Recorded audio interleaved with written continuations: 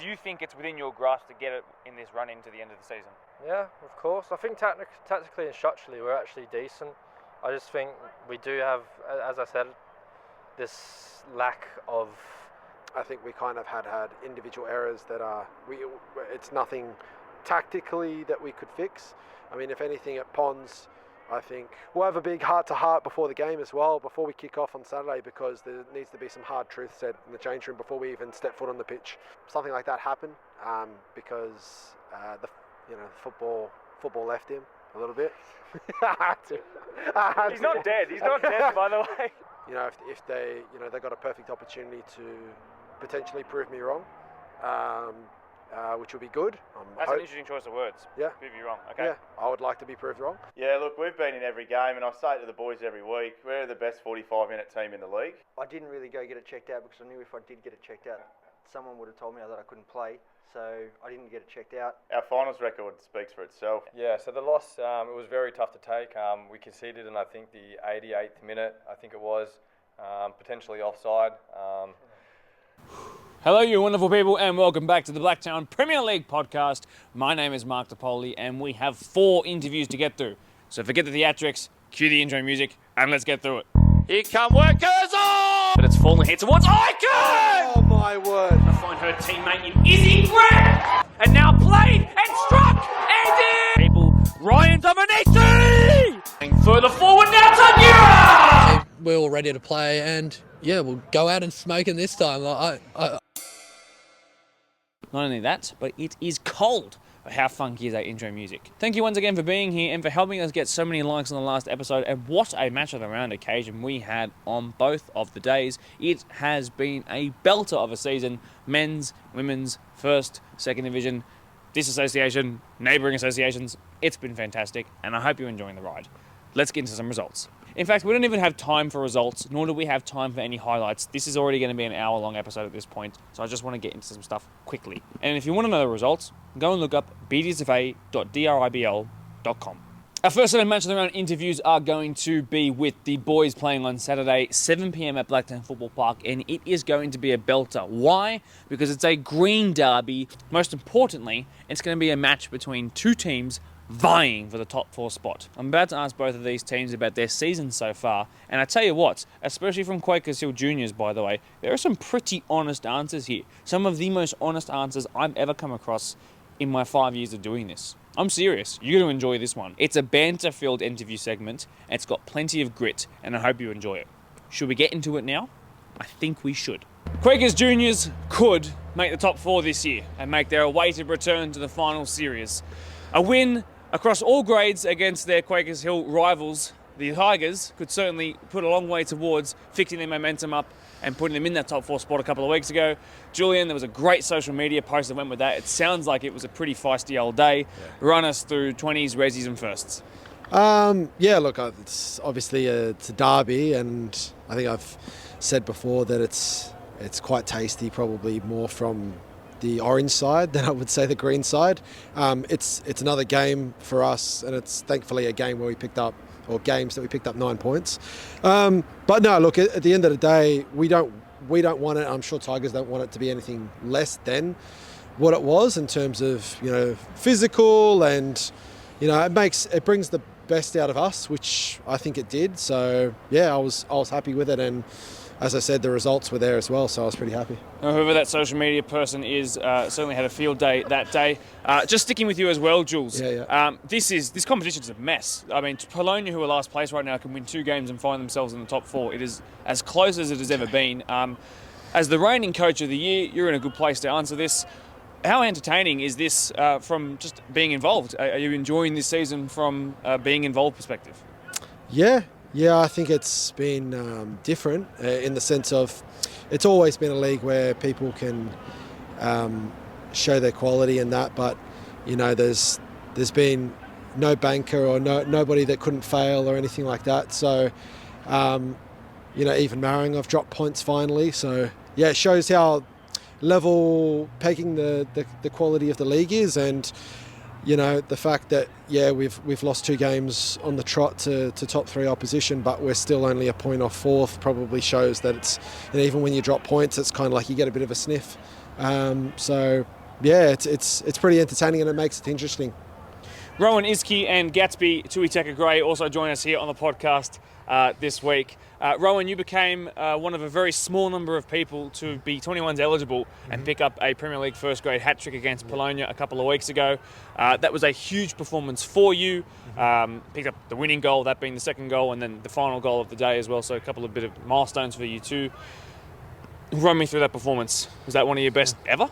Yeah, probably. I'd say for first grade, probably my best performance. But I think the team as a whole, we played pretty well that day. We created a lot of chances. I probably should have had a couple more, but it was a good day. Like they were going in, but probably should have had a couple more. But the team played well, and this guy set me up for a couple of them. So yeah, it was good. 𝓘𝓧, I wanted to have you on the podcast for a while, so I'm glad you're available tonight. Also coming in the drippiest outfit we've seen, at least this season, certainly. Thank you. You've always played throughout the spine of the team, whether it's through centre-back, as a 10, as a 6. I think I can remember even a couple of years back as a 9, of course. Just while you're here, what's your preferred position? Mate, number 6, mate. Jules played me up front because I played one good game at reserves level, mate. I was 20 kilos overweight. I didn't actually know what I was meant to do. I don't know what runs I'm going to make, but he played me number 9 whatsoever. But look, I played centre-back as a trade, Spartans and all that and whatever. But yeah, I feel like I'm a centre defensive mid, mate. Okay. Put a shift in, put a tackle in, good range of passing. That's what I am. Let's talk about some of the more recent games. One thing I really like about Quakers and always have is the midfield, the personalities you guys have had in there. You've had hard runners, physical players for a long, long time. You also enter that bracket now as a dignified number 6, I guess you could say. But in the last 2 games, 4 goals conceded across both to Pons and Juni, and that's tough. I think that sort of shows where they might be compared to some of the other teams in the comp. And I think there really is, even if you include Pons, there's a top 3 and then there's everybody else that's at least right now vying for that 4th spot. And I think that kind of needs to be the goal for anyone that's last place Bologna or currently sitting there 4th place Creek to be hitting that 4th spot, because that's how it's sort of ramped up this year. If you disagree, that's fine. What do you think could bring you to the level of those top 3 clubs in the run-in of this season?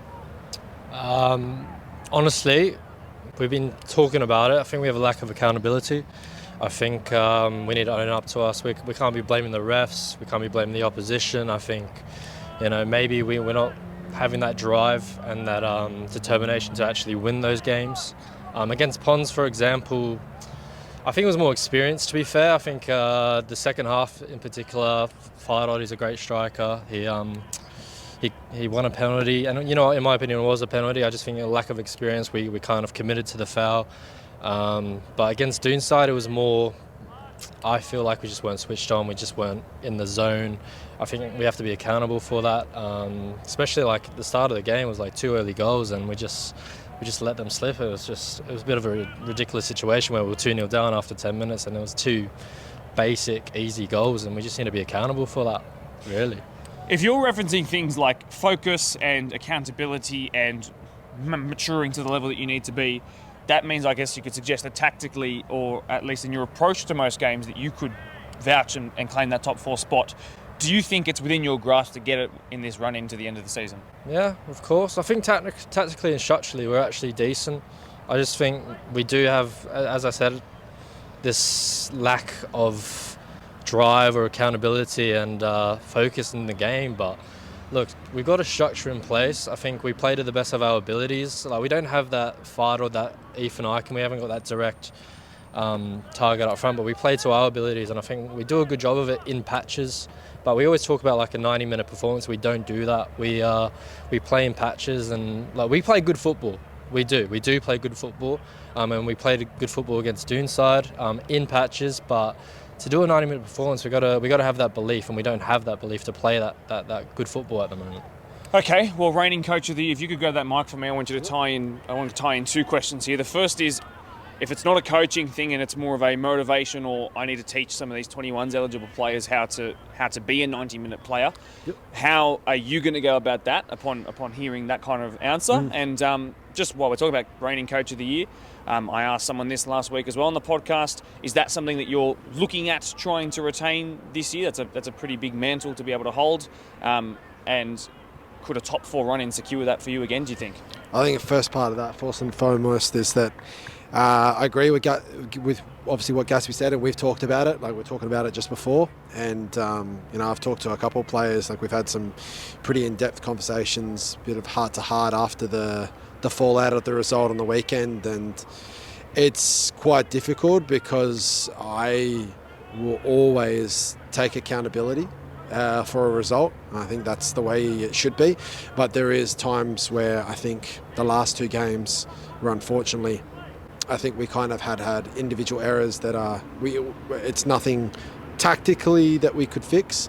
I mean, if anything, at Ponds, I think we were down a goal, we're getting absolutely peppered, and I made a tactical change, and we ended up dominating most of the remainder of that half and ended up going 2-1 into the half-time, so leading 2-1 at half-time. So it's difficult when stuff like that happens. But I think it's not a 21s play thing. I think it's senior players. I need more from them. I need them to step up. I need them to be accountable, like Gatsby was talking about, and I need them to drive the performance and drive the standards, because I don't accept anything but the absolute best I can do from myself, and on top of that, I don't think the players should accept that from themselves either, or each other. We all got to keep ourselves accountable, and we'll have a big heart-to-heart before the game as well, before we kick off on Saturday, because there needs to be some hard truth said in the change room before we even step foot on the pitch, which will be good. And then the second part of that, it's an honour, obviously, was an honour to be selected as the Coach of the Year. I'm not concerned with that. I just want to make these lads be the best version of themselves, and if that helps them have the success that I know that they can enjoy, because I still believe this team could make the semis, definitely, and I think they can make a splash in the semis as well if they want it hard enough, and I think that's what it comes down to. So, yeah. So if I was a smart marketer, I would title this as reigning All-Star Coach of the Year throws his players under the bus. But no, it's not quite that. And at least it's good to actually have someone come on here and have the guile, I think, the balls to pretty much say that there are some players that need to step up. I think that's good. I think that's honest, and I don't think your players will listen to that and be too disheartened, because they obviously believe in this project quite well, which is why you're in the position that you are in, that is to potentially move right into those upper echelons with a good performance. Rowan, grab that mic from me. This is a big game this weekend. Creek was a draw earlier in the season down there, I do believe. This is now, when you're not playing a Ponds Dooney Marong, this is a game you have to win. Every game is a 6-pointer. It has that tagline, whether it's Polonia in last, again, like I said, or Creek, who are in that 4th spot now. These are 6-pointers because anyone could grab that. You're one of a couple of players. You've got Tim Boss, who's returning to the frame, Daniel Soldan as well, yourself. These younger ones that need to step up as well, just from a performance perspective, and play and be ready for these big games that have got some senior players in it. Are you excited by the prospect of being able to do that, come in here on camera and show the competition what you and the other sort of younger crop are made of? Yeah, of course. It's always good to play first grade. It's good to it's a big difference from 21s, of course, and reserve grade. One thing you notice as soon as you play first grade is the physicality of things and how fast it is. So I think us younger boys, we just got to trust the players around us, trust the experienced players, and see how we can help the team. I think before tactics and everything, we just got to make sure we can match teams physically, and we can outwork teams, because I feel like before any tactic, that's the most important thing. So I feel like for me, one of the main focuses is obviously skills and all that stuff is one thing, but being able to keep up with the pace of the game physically is something I'm trying to improve on. And I think some of the other younger players, keeping up physically is obviously an important thing in first grade. So yeah, I think as long we just got to trust our older players and show what we can do on the pitch. Interestingly, Eastern Creek probably is, in terms of strength, the most physical team. They might not be the fittest, but you could argue that at least for the last couple of years, they have been the most physical team. They have some big body players. Gatsby, you won't struggle as much with that. You're pretty solid yourself, but this might be the most. Oh, no, I was just laughing because I was awful against Eastern Creek last time, mate. I had to go off. Well, if you get a chance to amend that this weekend, but I mean, I think physically they're quite strong. So do you sort of agree with that statement? And are you mentally prepared for what's going to be a sore Sunday? I do. I think, look, we've lost a few games this year, but in my opinion, that Eastern Creek game was probably our toughest game. I thought they were quite good, to be fair. Physically, they are strong. And I do think their backline was quite good, and that's why I haven't played up front since, because basically I had a shocker meet. But yeah, it's going to be a tough game, but I'm up for the challenge. I need to resurrect myself after that shocker, and I know all the boys are keen as well. Giving me easy grabs here for the intro of my podcast. Julian, quick word on Ryan Marchant, if you could. Obviously in the All-Stars this year, was the captain of the squad, probably still would be, of course. Yeah. Just a quick word.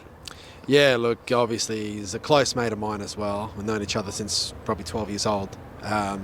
Played against each other, played with each other at Hill Sports. Like, yeah, he's one of my groomsmen at my wedding, and vice versa as well. And you know, it's tough when you see obviously something like that happen, because the football left him a little bit. He's not dead. He's not dead, by the way, just in case people are wondering. But he didn't leave the football before it left him. So, no. In all seriousness, he's got to. It's just a meme podcast at this point. No, he's he's recovering well, and he's also had a really awesome thing happen where he's welcomed his first child into the world with his beautiful wife Zoe. So, congratulations to them formally on this. And yeah, he's all right, and he's helping the squad as well. He came down last weekend, and he'll be down on the weekend as well this weekend, and helping drive that sort of mentality that we've been talking about as well. And I think he's super important for that still for the squad from that sort of perspective, and could be things like that are the key differentiator when you're talking about semi-finals or no semi-finals. So how'd you plug that gap? It's very difficult. We cannot replace him. Well, look, to be fair, it was we're sort of blessed with an embarrassment of riches when it comes to midfielders. Obviously Ryan, all jokes aside, he is very difficult to replace because of his leadership, his work rate, his ticker. He's one of the oldest players, the oldest player in the squad, and one of the older players in the league, I would say. But he just is incredible when he's on. So yeah, we've lost a bit there, but we've got Pombart and Gatsby who are holding up the centre, and it's a pretty good partnership, to be honest. A lot of quality on the ball. And yeah, I think for this weekend, they've got a big role to play in whether we're successful or not. Rowan, last question for you is that this is a match of the round. It's a big game. It could potentially decide the top four. You never know. Eastern Creek won't miss out on a point, and if you beat them, this would be the determining day of it. Things like that. There's all those sorts of timelines and taglines that can go with this kind of derby or this kind of game. For you as a young'un, trying to force your way into the first grade permanently, does this kind of occasion on camera, does it stress you out or does it excite you? What's your mentality heading into it? 100% excites me. Obviously, match of the round as well, you want to show what you got. And yeah, it's a big game, of course. The top four is up for grabs. So, something I definitely want to make my mark, but anything to help the team is, basically it. But yeah, no, it's going to be a good game, and we'll see what happens. Good on you. Jules, I asked you in the first pod of the season if not making finals would be seen as a failure. You said no, it'd be totally fine if the right steps have been taken in the process, which I think is a great answer, especially if you're trying to be media trained, which you are. Now, considering how things have shifted, we're past the halfway point of the season now, considering that fourth spot is up for grabs and is realistic, if you don't make it, would you be more upset than maybe compared to when you started the season if you hadn't have made it? No, in the sense of it is going to come down to one thing, and it's going to come down to if the players want it more than the teams they're playing. We take it week by week. So this week we got Creek, and it is a 6-pointer, 100%. And the next few weeks, the 6-pointers, we got Creek, Rivo, Workers, all three teams that are vying for that semi-final spot. So realistically, all three of those games, we're playing our final series now if we want to get into the finals. So, yeah, obviously I think the players would be disappointed, but we had a pretty bleak view of post-game, and I think some of the players, for what I said, I hope some of them were disappointed or maybe even pissed off with what I said, and we'll keep what I said in house. But if they they got a perfect opportunity to potentially prove me wrong, which will be good. That's an interesting choice of words. Yeah, prove you wrong. Okay. Yeah, I would like to be proved wrong. And yeah, I think this team is capable of big things. And I know a lot of people jump on this podcast and say it, and sometimes it's lip service and that. But if genuinely, last season, this point of the year, we're on 5 points. This year, we're on 10. We're conceding 3.5 goals per game at the first half of last season. We're conceding 1.7. So that's still not good enough, but it's an improvement. We're taking steps in the right direction. So the improvement is there. Now it's up to the lads. All right, do we want to make this final push, or are we content with being mediocre? I'm not content with being mediocre. I'm not content with just making semi-finals. I was about to swear then. I want to win it all. I want to win it all. And that sounds daft coming from where we are now, but this team has got it. They can do it, and they know they can do it. So let's see what they put out on Saturday and see if they start to be the team that started the season, and if they're going to be that team moving forward for the remainder. Forgive me for interrupting halfway through that. I just wanted to make sure that such a harrowing sentence was actually intended. Yeah. Just before you sort of, like I said, throw your players under the bus. Yeah. No, just making sure. And I think it's good. Again, it's very honest and very reflective. That's the kind of content that we want on this podcast. Gatsby, last question goes to you. A prediction for this weekend, and if you want to predict how the rest of the season might look in your opinion, feel free to go for it. Top 4, 3-0 win with a special surprise player to come on Saturday, with 1 goal and then 1 free kick by me and an own goal as well from Spud Bielinski. Okay. I'm He's sure my mate, don't worry. Yeah, I'm not surprised. He's a good one too. He's a good egg. Jules, actually, just one more thing quickly. Are you worried about potentially looking downwards on the table at all? No, I only look forward. Let's just leave it there. Yeah, that's totally fine. That's it. Just wanted to make sure that you weren't thinking about that at all. But if you say no, I believe you. Sorry to interrupt, but I think that's exactly where we live. If you're not thinking about it, perfectly fine. That's going to do it for this week's look with Quakers. One of the better ones, I think, in terms of the genuine nature of the content that was provided to you guys today. I really hope you guys do appreciate the level of honesty that's come through here. A hat-trick scorer this year, a guy who's been around for more than half a decade now, and Jules, who was the reigning coach of the year. These are some good players that are here, so don't forget to leave a like. And boys, thanks very much for being part of this. No, thank you, mate. Cheers. Like I said, there is some serious honesty there, and I really appreciate it. And I'm almost kind of motivated to go and jump into the midfield or the defensive line of Quakers. I want to run through a brick wall right now hearing that. Like, Julian basically just said, prove it to yourselves or don't come back. And that's what it felt like. And I was just sitting there like, hell yeah. Gatsby Gray, good talker as well. Rowan 𝐅𝐻𝐔𝐑𝐓𝐇, welcome to the podcast. A hat-trick scorer and a guy who scored in the grand final. It's a pretty good pedigree to be among. Should we go talk to Eastern Creek? I think we should. Matt Hettrick brought this Eastern Creek team up into the first division, and now he's back after a short stint away. Kurt Matchett would rather break his nose than go off the pitch, but he was forced off that one day. And Alex Murrell joined halfway through last year and has already asserted himself very quickly as one of the best midfielders in and around that top 4 spots. Boys, thanks so much for joining us. I really do appreciate it. Hetch, you did step away for a bit, and now you're back. What was the reason for that? And when that call came back onto your phone, how quickly were you to jump back in the opportunity to do this? Yeah, it was quick to jump back in. Sort of missed the boys, we had a couple of years off. Danny and Mitchell did well with the team. Danny stepped away, so there was a chance to come back. So took it with open arms, and yeah, look, it's been a tough start to the season, but we're sitting 4th and we're going all right. Yeah, certainly going all right. It's been a ridiculous season, to be fair. Polonia can win 2 games and they could sit exactly where you guys are right now. You could lose 2 games and you could drop out completely. All of these games that aren't against sort of Pons, Marion and Doonside seem to be 6-pointers that will prove critical come the end of the season, come the finals run in. From an entertainment perspective as the coach from the sideline, how's it been knowing that every game has been pretty much really competitive? Yeah, look, we've been in every game, and I say it to the boys every week, we're the best 45-minute team in the league. So at some point we need to play for 90, and you can sort of see that in our results. We've beaten Pons, then we we go to Rivo on a cold night, lose 1-0, 0-0 with Polonia on the weekend, and all those games have been really good for 45 minutes. A great run in the Australian Cup, where probably the 3 games we played there, we played for 90 and dominated. So we have it in us. It's just trying now to get it, a 90-minute game out. So, Kurt, usually I sort of ease into the big questions, but I want to jump in on something there. Is there something to say about the way your team gets sort of G'd up for a big game?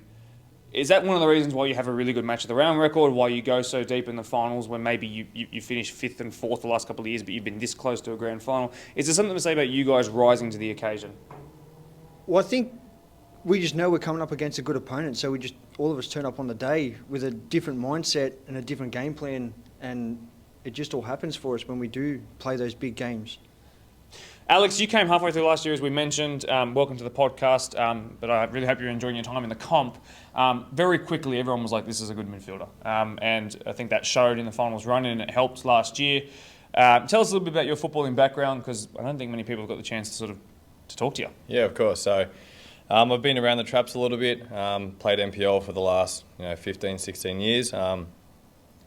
Moved away, joined the Army, played down in Victoria for a couple of years, moved up to Northern Territory, played up there for a couple of years, moved back down to Sydney, and for the last 5 or 6 years I've been playing with 𝓢𝓘𝓧 and had the opportunity to come out here, play with 𝓢𝓘𝓧 and a few of the other boys I played with back in my youth days. And yeah, I'm really enjoying it now. Gave me a chance to really enjoy my footy again, and yeah, I'm enjoying it. Come full circle moment, but the boys, isn't that good?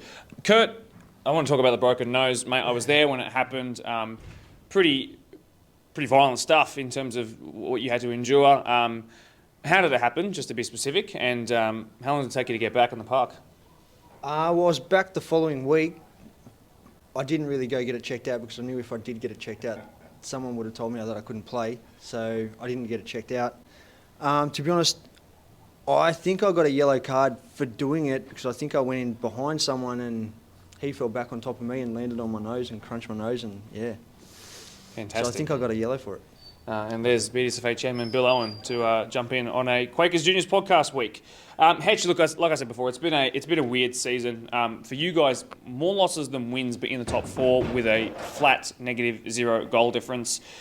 Each year you beat a big boy. In this first division, there was 2 Marion 1-0 wins back-to-back, 23-24, and now this year it was a Ponds 2-1. What's your assessment of your season so far? As I said, we're probably the best 45-minute team in the comp, so we're not putting it together for 90. Look, there's always excuses. We've had already 5 season-ending injuries, so that doesn't help. So, and to some key players too. So we've had to go and look for some others, right? So we had a great pre-season, and you can, as I said, that looks the Australian Cup, we were fine. But those season-ending injuries, were tough, and to key players has sort of meant we've had to sort of reshuffle the decks a bit for times. But look, we've got a pretty full squad now, fit squad. I think we've got 2 spots left if we can find 2 players to finish the season. But look, there's no excuses. We need to be a 90-minute team, and that's where we're at. In 45 minutes, I'm not asking for specific score lines on each half, but in 45 minutes, what do you think you guys are sort of capable? What have you shown that you're capable of doing? Look, if we can put the ball in the back of the net, I think we're a really good team, right? And that's obviously the issue with football. If you don't put it in the back of the net, you're not going to score goals. So, look, we're keeping the ball really well. We're knocking it around. We're playing good football. It's just that the ball needs to go in the back of the net. A bit of luck as well. And if we can get that, we can finish the season. And I've said it to the lads all along. If we can make the top 4, I'm pretty confident we can give it a pretty good shake if we can, stay in the hunt for the top 4. And again, it starts this weekend. We have to keep winning now. That's the unfortunate part. Can't drop anything. I will come back to you regarding your specialty when it comes to finals matches, because your pedigree is very good. I want to talk to you about, Kurt, about the change between having Hetch in the second division, then having Danny, who was the assistant, come in, doing what you guys did, and then him departing and Hetch coming back. What's that transition been like for the players that have stuck through both of those transitions? And is it good to feel like there's a bit of homeliness with having your old mate back? Well, yeah, definitely there's a bit of homeliness about it, 100%. It's just that the core group stayed, which sort of made it the same. Like, it didn't really change too much because the core group sort of stayed together. But, obviously having the gaffer back is obviously a big thing. So changes things again, which makes it better. When we started doing Match of the Round live podcasts, you had already taken up a stint or a job on the sidelines, but of course you were the captain of these boys for a long, long time. People shouldn't forget that. Alex, I want to go to you for this. Workers have a game in hand on you guys. Are sitting 5th. Realistically, if their goal difference is better, they could be above you. That game in hand will come up soon. That's a very important, again, like I said before, 6-point games coming up between now and the end of the season. You guys have a pretty good record against teams that aren't Ponds, Marang and Dooney, the top 3, but then all of a sudden there's a loss to Rivo. Now, if you guys have won that game, this table again looks very different, and we're talking about a pretty established top 4 at this point. We're not. We're talking about a top 3. What happened in that game that just went so wrong? Because it looks like you guys probably should beat them on paper. Yeah. So exactly like Cato said, 45 minutes we're in the game, we're dominating, we control the ball, playing like prime Barcelona, and then all of a sudden we concede a jammy goal, and we're chasing the game. Yeah, exactly right. So we deserved the 3 points that game, and we're unfortunate to take it. There have been some, obviously I want to talk about now, the Ponds victory specifically, if you can cast your mind back to that.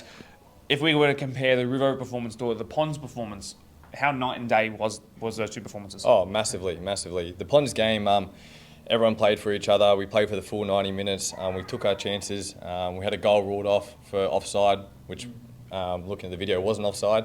So, you know, there's a 3-1 win there.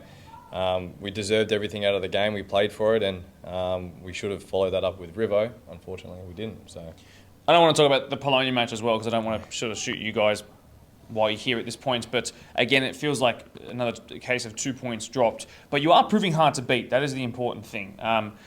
For example, the team that you're playing this weekend have had 8 goals put against them against against 2 of the top sides coming into this one. Perhaps you guys and your form against the bigger teams has fared a little bit better, which is what makes this match of the round so interesting. So between you guys, it was a 1-1 last time. Kurt, I'll get you to grab the mic.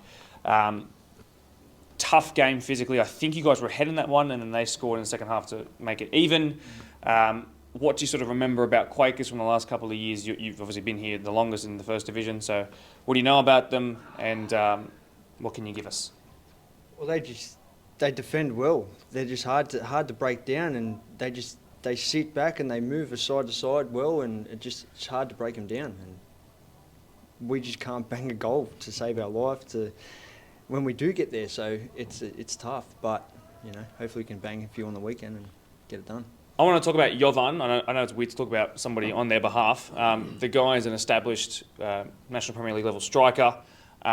He has picked up. He's almost got a positive goal record at this point of the season. If the problem is scoring goals, surely it's not his finishing. So is the problem potentially getting the ball to him? What is going wrong? That's in your opinion?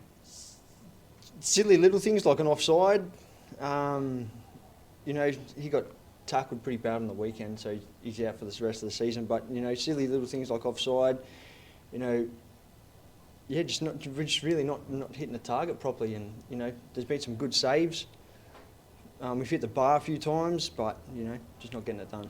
If the rubber of the green starts to go your way, Hetch, I want to talk about what you guys could achieve now. Obviously, I mentioned your finals record, a reserve grade win, a first grade win before you decide to step away. What a great way for you to depart. Obviously, fond memories of that. I haven't spoken to you on the podcast since then, but if you guys made the finals, everybody knows you're a threat. So is that the goal, is to just scrape in by whatever means and then your voodoo will come to the front?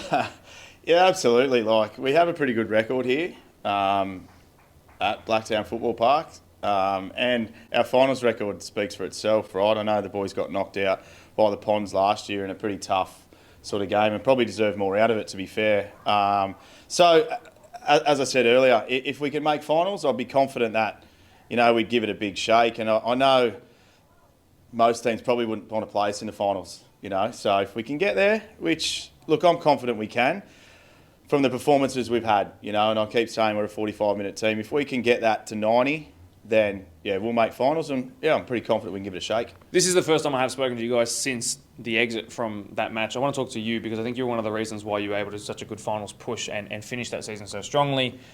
You slotted your penalty that day as forgive me, sorry, I'm talking about the wrong game, forgive me.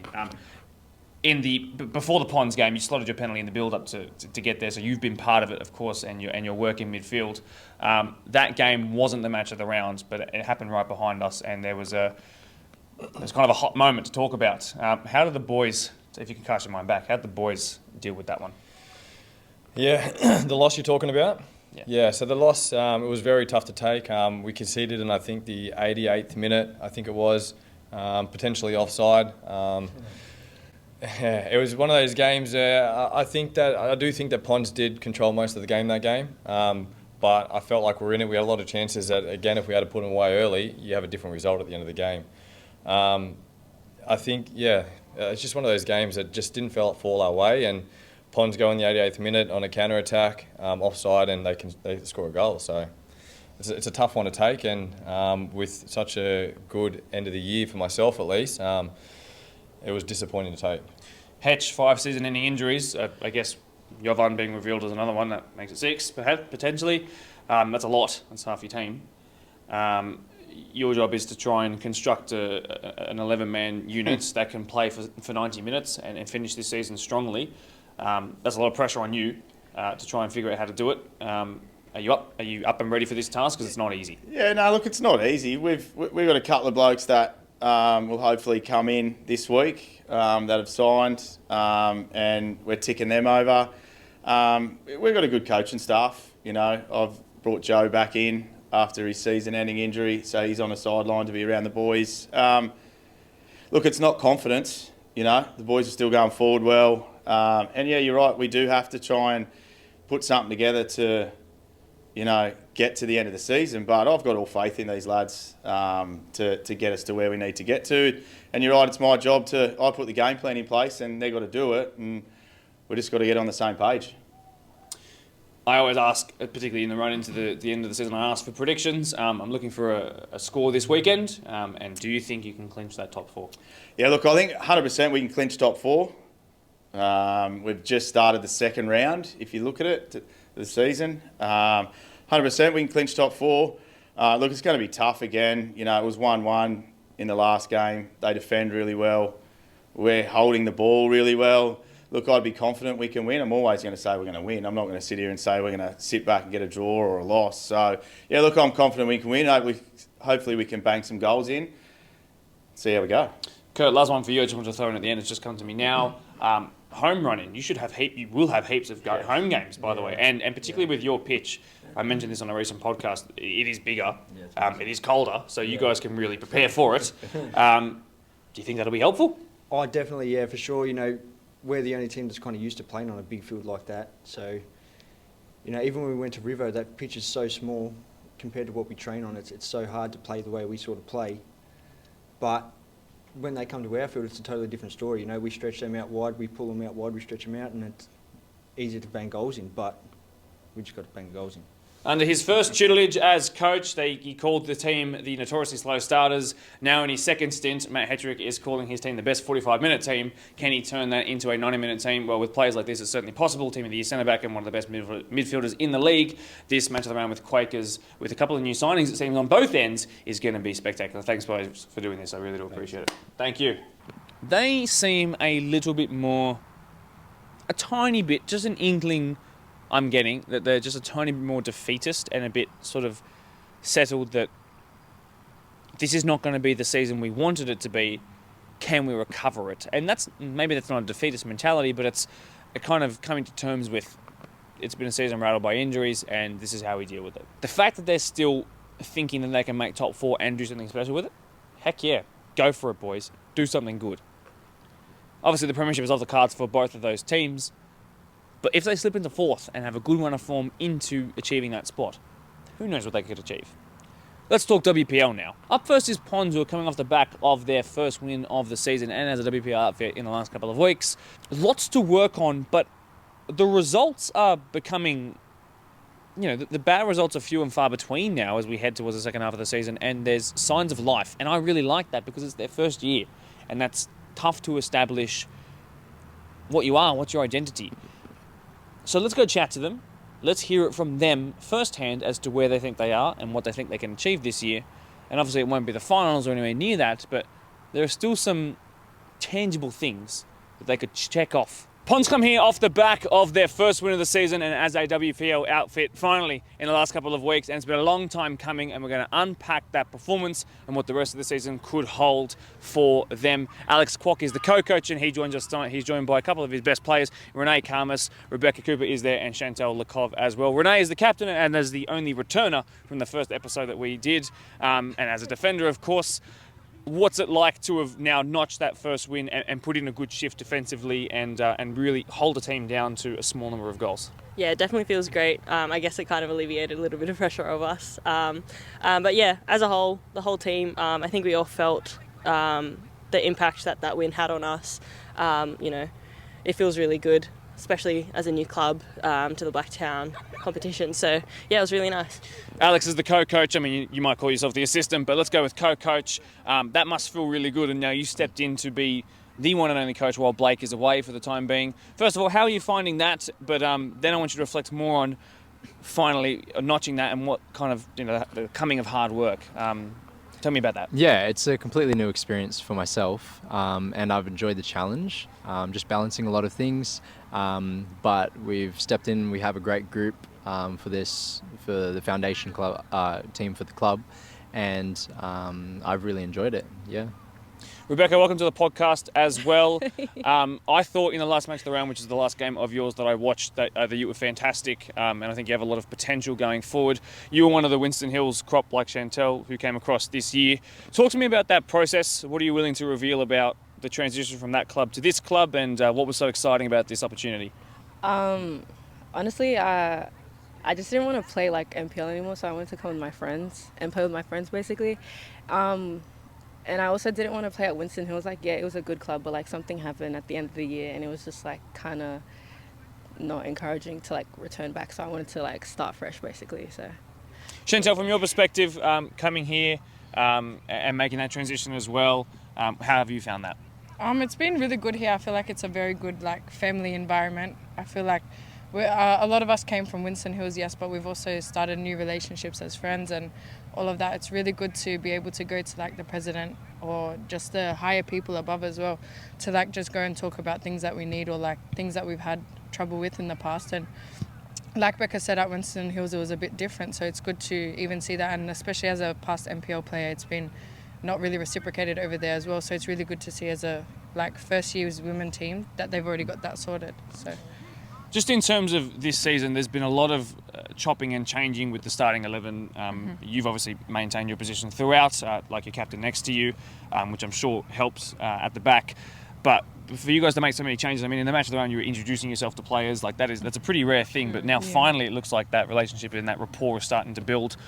A bit of a roller coaster in that kind of way. But now that there's a bit more stability, is there encouraging signs you think as you head towards the second half of the season? Yeah, of course. Like even in the second round that we've had now, we've got like pretty much all our players back, because in our first 3, 4, 5 rounds we had major injuries. Like we had people with PCL injuries, ACL injuries, so that's why I guess we were down in numbers. But now coming back into the second round, we've got most of our players back, and we've already seen in the first 2 rounds. Last week we were very unlucky to lose 1-0 in the last few minutes, but in the first 2 rounds of this second round, we've already shown so much more strength and that coherence with each other. So, yeah.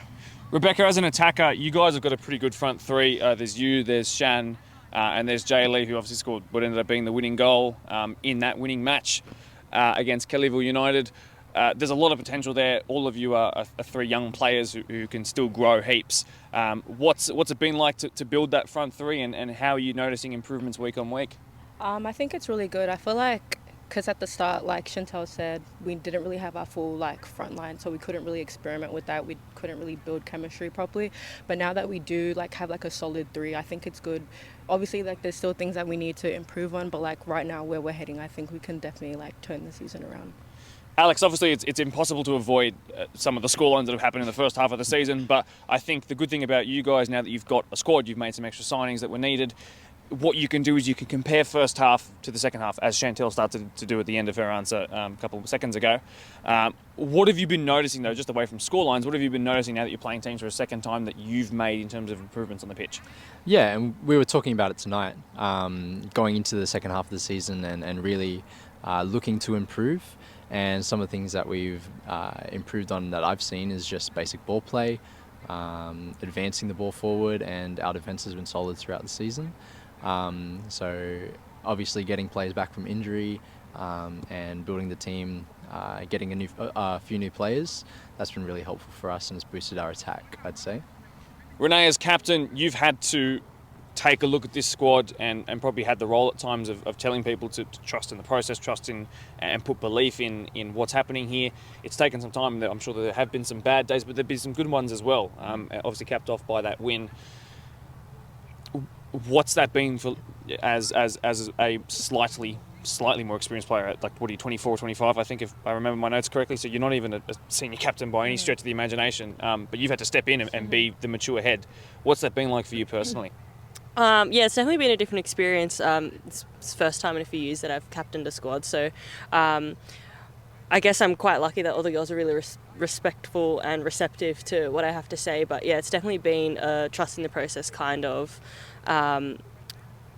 message that I'm communicating to everyone. I think there are certain things that we have to bring to games and some things that we have to, like, leave behind, so yeah, it's definitely been all about communicating that we need to, bring the energy, bring the positivity, bring some chatter on the field, and yeah, just work with one another to achieve our goals. Chantel, to put it colloquially, you like to G up and G the team up when it comes to the hard times. I've noticed that across the last couple of years. Very good at that. In a Blacktown derby, in a match of the round, the Ponds are going to need that against a team that might be better on paper in Quakers Hill Juniors and are competing for the premiership. So what's the key this weekend to putting in a good performance and rising to the occasion? Oh, I think just being able to support one another is really important. So, like, the last game that we versed obviously wasn't our best. We had no keeper. We had players put up their hand to go in goals, which I personally would not be doing. So thanks to them as well. But yeah, just the strength with each other is going to be really, really important to keep that communication up, keep our heads up during whatever's going to happen at the end of the day. So just to support each other and be there for each other is really important. So that's what's gotten us through the last few games in this second round. So that's what's going to bring us to the end, I think. Yeah. Rebecca, as someone who is picking up goals and improving, as I've heard through the grapevine week on week, what's it been like for you having to start the season a little bit later than everybody else, but now getting the chance to put game on game on game, and how's that helping your confidence week on week? It's kind of made me lose my love for the sport, and then coming back, like, playing, like, with the new team as well, I was just like, my confidence was a bit low, but I think gradually as we started, like, training, like, as I started training more with the girls and, like, playing more, I think that's where, like, relationships and connections started to be built. Even though I do still need to improve, I feel like right now I'm, like, where I want to be, and then I can only, like, go up from here, basically. What do you think that looks like for you? What does an improvement for you look like as the season heads towards the pointy end? Definitely to just take more chances. I feel like in front of these. I'm sorry. Wait, did you just know what I said? Oh no, I'm just naturally just. Oh, okay, sorry. Keep it in. I just. Keep it in. Okay, so You're doing so good. Okay, yeah, sorry. So I'm sorry. it's all I'm good. sorry. Don't Okay, stress. like decision making in front of the goal. I feel like I need to start taking more chances and just, like, stop being, like, afraid to take a shot. Because I know a lot of the times in front of goals I either panic or I get, like, in my head and then I just, like, do whatever with the ball. But I think definitely with training individually and training with the team, I think I'll definitely get better with that. All in good time. And Alex, I'm not sure how familiar you would be with Tigers. This is the last question, by the way, so we'll put some emphasis on it. But Tigers, for example, had their first year last year, a fellow Blacktown club. They struggled a lot. They've made some huge steps this year, and they've had a lot of wins. You guys have got a win earlier than they did in what's arguably a harder comp on the whole. So there are definitely some stepping stones being laid down in front of you. I think from you, I want to hear... I did ask this in the first podcast of the year, but it's probably shifted since then. You and Blake, what's the vision? What's the goal? And how far are you along your journey? Yeah, so credit to Blake. He's done the foundation work, and he's been there for the weeks that I haven't been, and he's just been laying those stones, as you've been saying. But the goal for us is just to see visible improvements in the way that we're playing, because we're trying to push for a specific way that we play in game. But also we want to galvanise the results that we can in the last few games that we have with some very winnable games, I would say. And off the back of that, just realistically, I mean, Norwest, who are a little bit above you, yes, they play a couple less games, but they have a far poorer defence, a poor goal difference. Parklea have been struggling recently in a couple of weeks. There have been some changes there in the starting 11. You've already beat Kellyville once. Tigers on the second time around will be a grudge match because of the match of the round here, for example. So are you looking at these dates on the calendars being like, this is a time where we can celebrate again?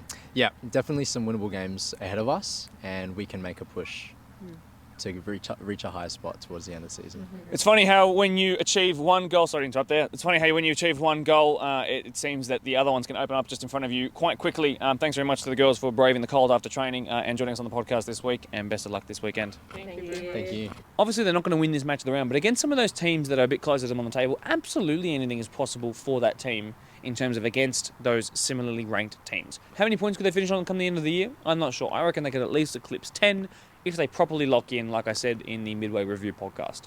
But some of those key players, some of those leadership figure players, they're aware that the tide is starting to turn. Now, speaking of tide turning, let's go look at one of the premiership favourites, the top 4 candidates, potential grand finalists, Quakers Hill Juniors. Quakers Hill Juniors join us here tonight, very late on this Thursday evening, for a little podcast interview ahead of their match of the round this weekend in a Blacktown derby. They've just come off the back of a rekindled game midway through after lightning affected it last weekend. Jesek joins the 2 Schroeder girls, Tara for the first time and Marion for the first time as well. We are accompanied by some good pedigree. Jesek, let's just start where you guys just were. 6-0 win on a Thursday night in the cold. Easy. Yeah, it was cold, Mark. My hands are pretty much purple. Everyone on the sideline was getting cold, so we were trying to rotate players as much as possible to keep everyone a bit of game time and keep them warm, I guess. Marion, this is the first time you've been on the podcast as, of course, a one-time player of the year, 2-time Golden Boot winner. You've been among it, and you're one of the best players out there. Thank you for finally coming on. Now, enough with the glaze. Just talk to us about your footballing history a little bit, how you came to find this Quakers Junior squad, and what you've noticed after 3 years now of progression. Yeah, so I played for Minchinbury previously for 10 years. I've been playing since I was 5. My sister and I have played together for 16 years. My partner was actually the one pushing me and saying to play further up. So I actually trialled for Marion first. Oh, am I supposed to? Oh. Yeah, you can totally say that. Oh, sorry. Nothing wrong with that. Yeah, I actually trialled for Marion first, and then I did end up trialling for Quakers, and I guess they just had that sparkle that, I guess I just gelled with the girls a little bit more. So yeah, decided to join the club, and it's been great so far. To be recognised with 2 Golden Boots and a Player of the Year title as well, be part of the All-Stars squad, it's a pretty big achievement, and you're always pretty humble about it when I do speak to you. But are you proud of what you've achieved? Yeah, I'm definitely proud. I definitely didn't expect to come into this comp and win the Golden Boot twice. But it's nothing without the girls, like always setting me up for great balls, and yeah, I couldn't get the Golden Boot without them. So, Tara, you're one of those people who sets up your sister quite a lot. You get among the goals as well. You joined this team a little bit later, but you're certainly your presence out there is certainly felt. Tell us a little bit about you and how you came to find this team and what convinced you to join up with your sister. Well, I started when I was 5, so it's been about 20 years. And again, I was with Marion, played for 16 years with her. I don't know, I didn't seem to want too much competition. I saw Marion in this league for her first year. And I came after my games, and it was very interesting. It was more competitive. There was way more skill out there, and I thought, why not give it a crack? Loved last year, had to come back this year. Love playing with her, and it's just great.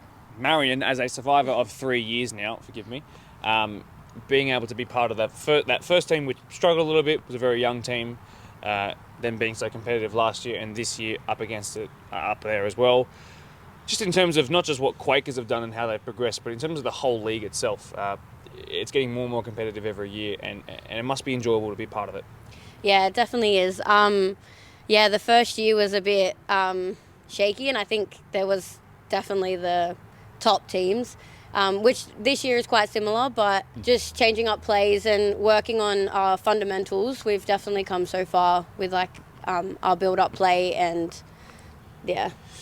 Oh yes, let's get a bit more serious. Let's talk about the match of the rounds that you guys featured in, that I covered on that Mariong Tuesday night. That was a tough game, a very interesting one. I want to talk about two of the reasons why that was a bit more difficult game in just a sec, but as a spectacle it was amazing. But it could have repercussions for the league and the premiership push. Was that a frustrating way to lose a game? Yeah, it definitely was. We were all ready for them. Twice we went into the lead. Twice they came back, and in the end, in the second half, they scored the winner. What then ended up being a winner. So all credit to them. It was a very good game to watch. I'm sure every spectator enjoyed it as well. Us as coaches enjoyed it. Maybe we could be a little bit unlucky for not getting at least a draw out of the game. And I can guarantee you that when we play him again, in I think 3 weeks' time, we'll be ready for him. Okay, and we'll talk about that in just a sec. But in terms of two players that were missing that day, I mean, they're standing to you right now. They are. I'm pretty sure they were away on holiday at the time. Can you put the loss down, perhaps, to those two? Look, I have faith in whoever I put on the field. We have a strong squad, so whoever's playing the position, I ask them to play. I know they'll give 100%, and there's no excuses. Everyone does their job, and of course you'd want to have the whole squad available, because if one player is having a slightly off night, then you can replace him with someone else. So I'd always want to have the full squad available. But I will not use that as an excuse that just because Tara and Marion weren't there, that's why we lost. We lost because on the night, Marion were just slightly better than us. Against Holroyd, I reckon, Tara, I'll get you to go to the microphone. Against Holroyd, a bit of a different story. That's a good team there, and even though they've had a couple of wobbles in the last couple of weeks, they're looking like the way they did in the first year when you weren't here, and they basically wiped the floor with everyone in front of them. But they've had a couple of slip-ups, so they're obviously not, Superman and woman.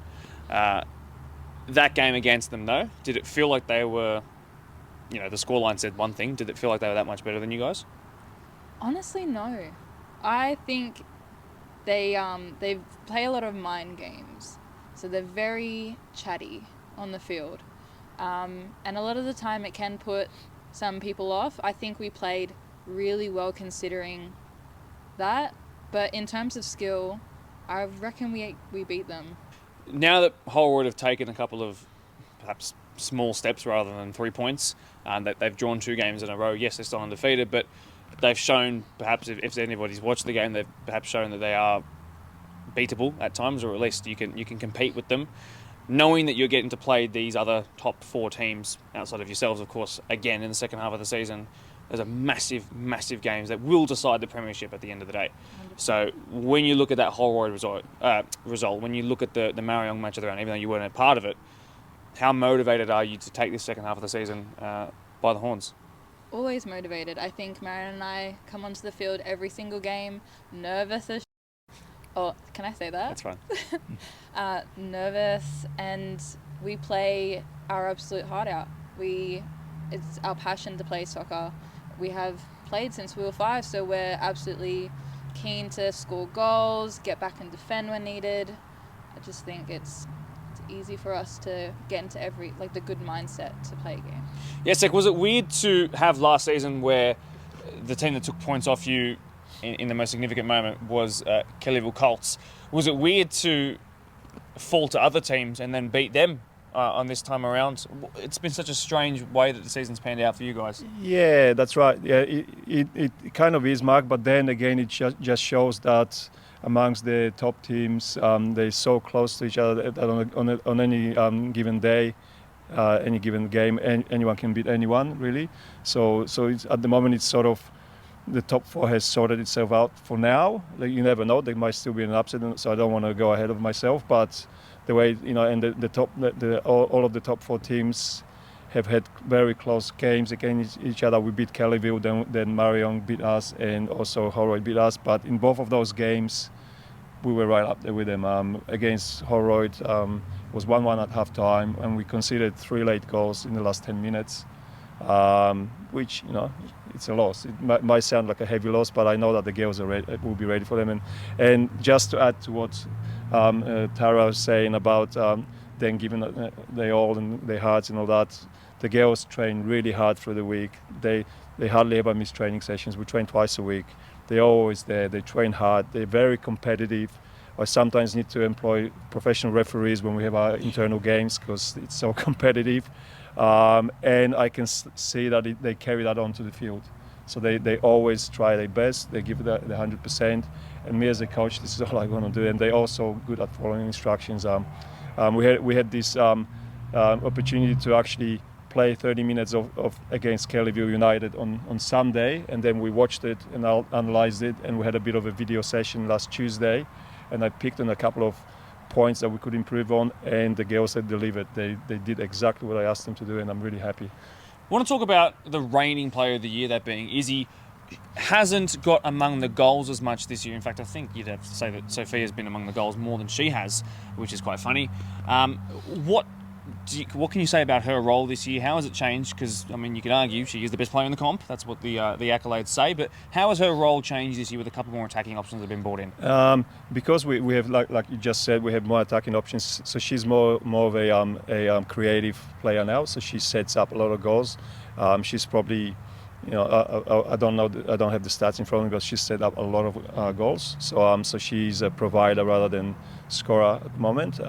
She does score an odd goal as well. Tonight she scored 2.